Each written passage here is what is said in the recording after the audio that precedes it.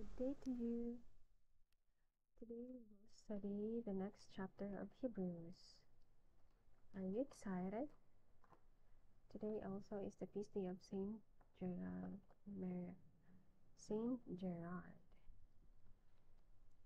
Majella. Before that, let us pray with a prayer before study. In the name of the Father, and the Son, and the Holy Spirit. Amen.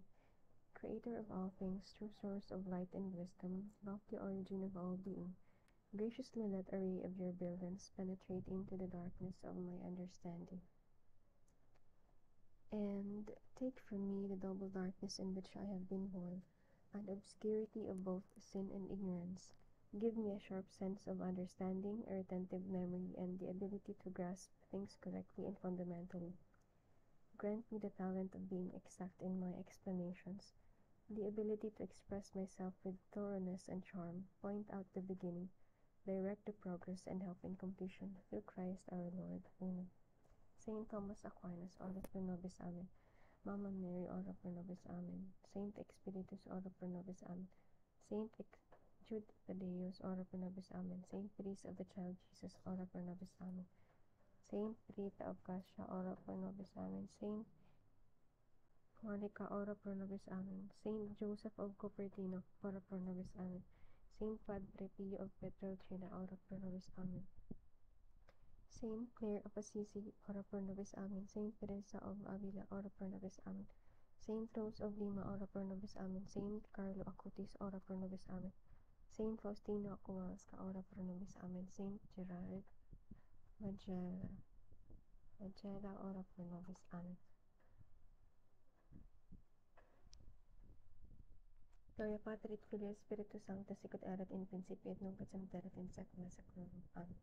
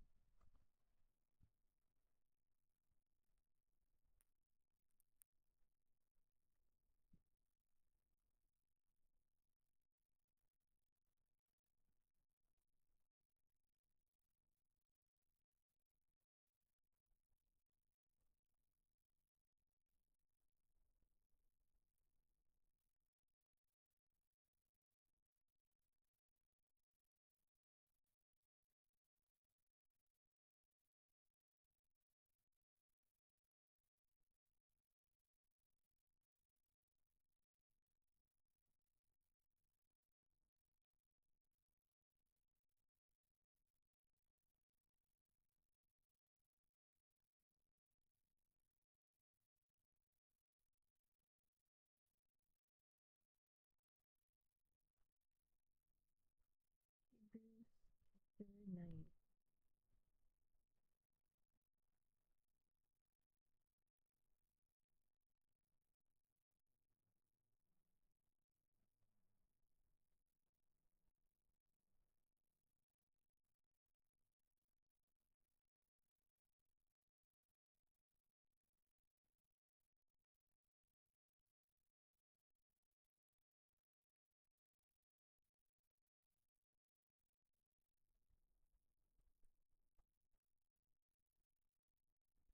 Firstly, Adam 9.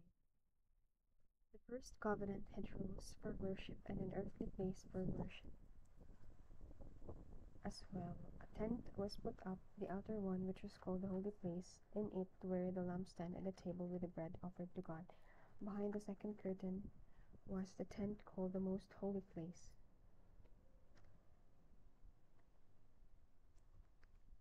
In it were the lampstand and the table where the bread offered to God. Behind the second curtain was the tent called the most holy place. In it were the gold altar for the burning of incense and the covenant box, all covered with gold and containing the gold jar with the manna in it. Aaron's stick that had sprouted leaves, and the 2 stone tablets with the commandments written on them. Above the box were the winged creatures representing God's presence, with their wings spread over the place where sins were forgiven. But now is not the time to explain everything in detail. This is how those things have been arranged. The priests go out into the outer tent every day to perform their duties, but only the high priest goes into the inner tent, and he does so only once a year. He takes with him blood which he offers to God on behalf of himself and for the sins which the people have committed without knowing they were sinning. The Holy Spirit clearly teaches from all these arrangements that the way into the most holy place had not yet been opened, as long as the outer tent still stands. This is an illustration which points to the present time. It means that the offerings and animal sacrifices presented to God cannot make the worshipper's heart perfect, that since they have to do only with food, drink, various purification ceremonies, these are all outward rules which apply only until the time when God will establish the new order. But Christ has already come as the high priest of the good things that are already here. The tent in which he serves is greater and more perfect. It is not a tent made by human hands, that is, it is not a part of this created world. When Christ went through the tent and entered once and for all into the most holy place, he did not take the blood of goats and bulls to offer as a sacrifice. Rather, he took his own blood and obtained eternal salvation for us.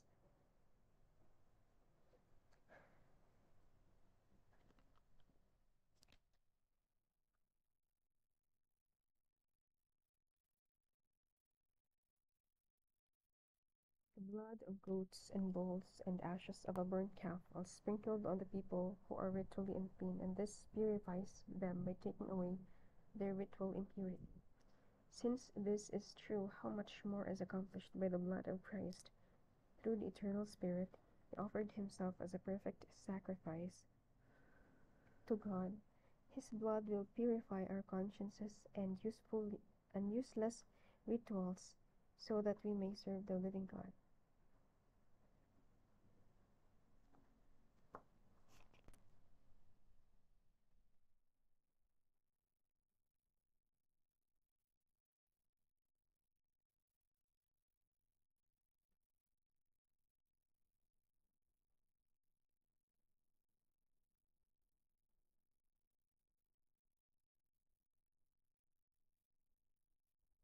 For this reason, Christ is the one who arranges a new covenant, so that those who have been called by God may receive the eternal blessings that God has promised.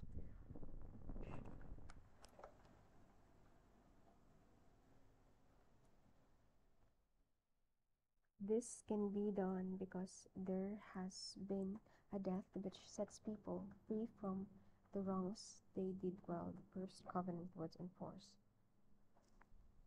In the case of a will, it is necessary to prove that the person who made it has died, for a will means nothing while the person who made it is alive. It comes into effect only after his death. That is why even the first covenant came into effect only with the use of blood. First, Moses proclaimed to the people all the commandments as set forth in the law.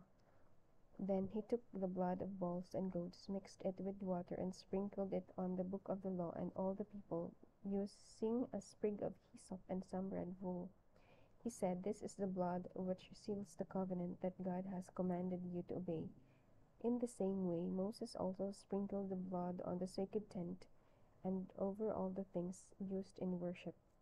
Indeed, according to the law, almost everything is purified by blood, and sins are forgiven only if blood is poured out. Christ's sacrifice takes away sins. Those things which are copies of the heavenly originals had to be purified in that way, but the heavenly things themselves require much better sacrifice, for Christ did not go into a holy place made by human hands, which was a copy of the real one. He went into heaven itself, where he now appears in our behalf in the presence of God. Wow. He went into heaven itself, where he now appears on our behalf in the presence of God. The Jewish high priest goes into the most holy place every year with the blood of an animal, but Christ did not go in to offer But Christ did not go in to offer himself many times, for then he would have had to suffer many times ever since the creation of the world. Instead, now when all the ages of time are nearing the end, he has appeared once and for all to remove sins through the sacrifice of himself. Everyone must die once and after that be judged by God. In the same manner Christ also was offered in sacrifice once to take away the sins of many. He will appear a second time not to deal with sin but to save those who are waiting for him.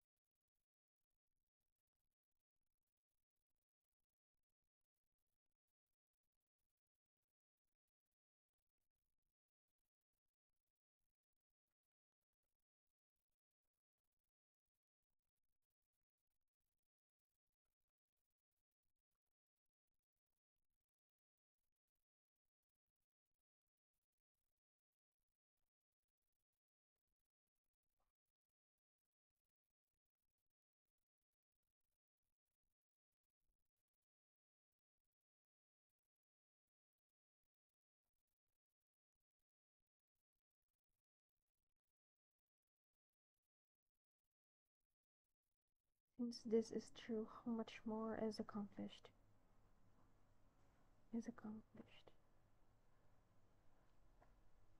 by the blood of Christ.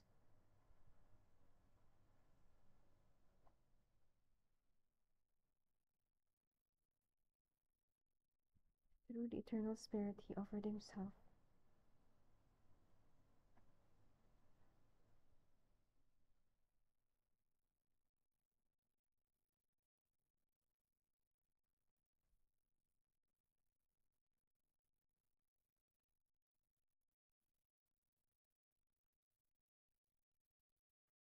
As a perfect sacrifice to God.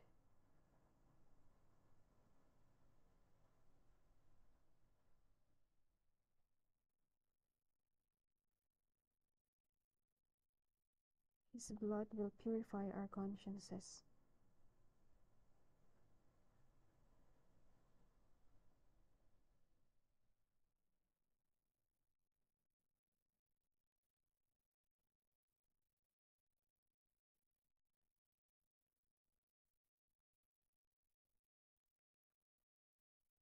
From useless rituals, so that we may serve the living God.